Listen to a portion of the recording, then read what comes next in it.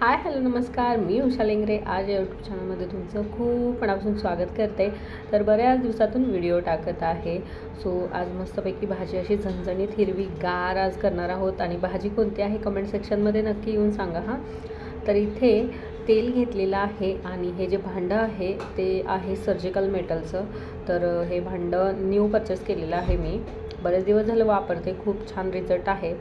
आणि तेल इथे जवळपास 2च चमचे ओतलेलं आहे आणि याच्यामध्ये आपल्याला मिरची आणि लसणाची फोडणी घालायची आहे आणि यामध्ये आपण आता भाजी टाकायची आहे आणि ही भाजी स्वच्छ अशी धुवून कापून घ्यायची आहे।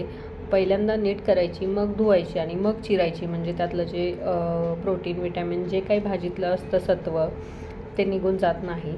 तर इथे मी मुगाची डाळ वापरलेली आहे। इथे ह्या भाजीला हरभऱ्याची डाळ वापरली जाते, परंतु मी इथे मुगाची डाळ वापरलेली आहे।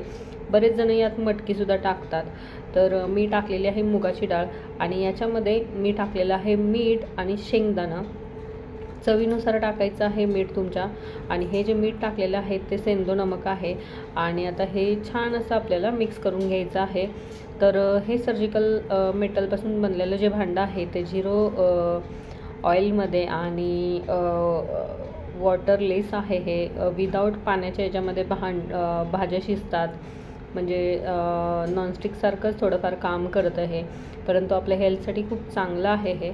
आता हे ह्याचा जो मीटर आहे तो 0पासून ते 100पर्यंत आहे। तर भाजी शिजले की नाही हे आपल्याला तिथे कळतं, म्हणजे उघडण्याची सुद्धा गरज नाही आहे।